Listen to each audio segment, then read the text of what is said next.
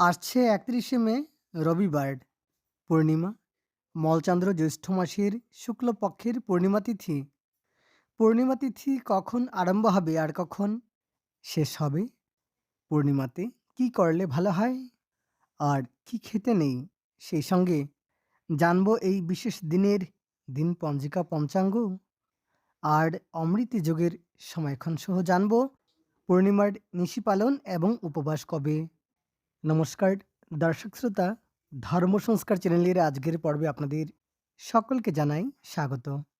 এবং আজকের এই ভিডিওর মূল বিষয় মলচান্দ্র জ্যৈষ্ঠী পূর্ণিমার সময়সূচি। আপনাদের সুবিধার্থে সময় এবং তারিখ স্ক্রিনে দেওয়া হয়েছে।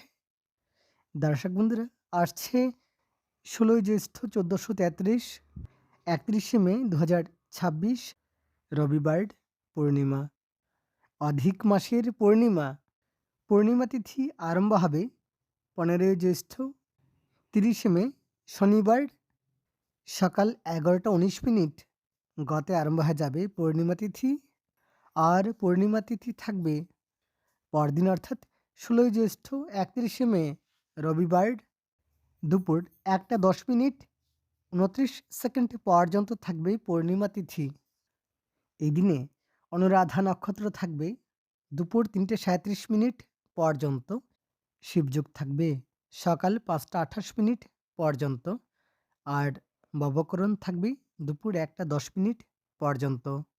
শুভকর্ম শুভকর্ম ঔষধকরণ এবং সেবন, শান্তি সুস্থানাদি।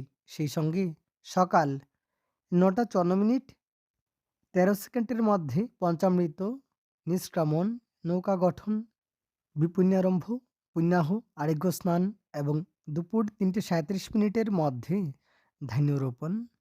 আর ৩টে ৩৭ মিনিট গতে ধান্যচ্ছেদন আদি শুভকর্ম করা যাবে। তবে দুপুরে ১টা ১০ মিনিট ২৯ সেকেন্ডের মধ্যে স্ত্রীতৈল, মৎস্যমাংসাদি এবং সম্ভোগ নিষেধ।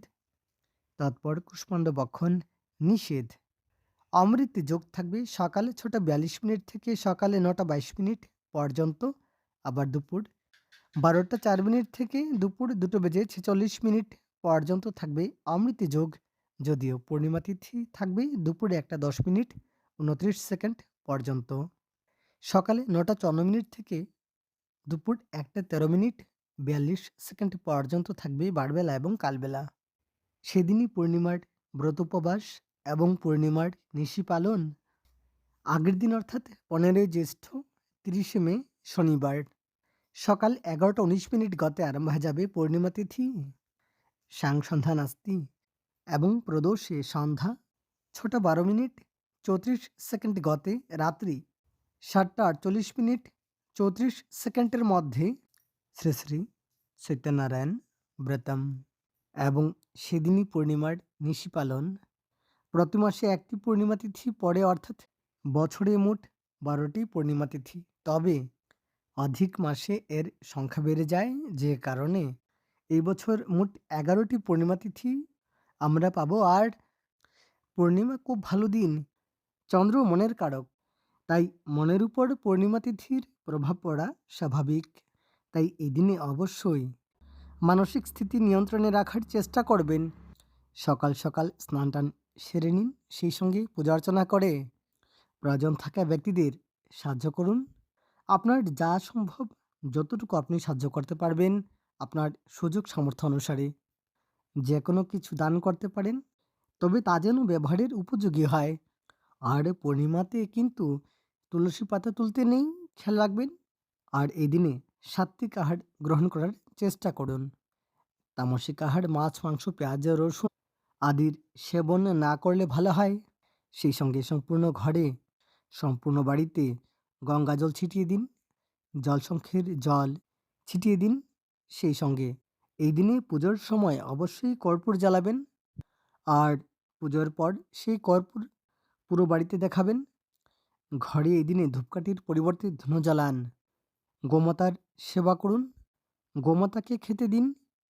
আর জ্যৈষ্ঠ মাস খুব গরমের মাস, এই সময়ে প্রচণ্ড গরম থাকে, তাই এই সময় যদি পাখিদের জল খাওয়ানো যায় তাতে ভালো হয়। সেই সঙ্গে বৃক্ষরোপণ করতে পারেন। জ্যৈষ্ঠ মাসে জলদান করা উত্তম ফলপ্রদ। তবে এই দিনে অভাবী মানুষকে অপমান করবেন না। কখনো কোনো অভাবী মানুষকে অপমান করতে নেই। তাহলে আজকের জন্য এ পর্যন্তই। ধন্যবাদ ভিডিওটি শেষ পর্যন্ত দেখার জন্য।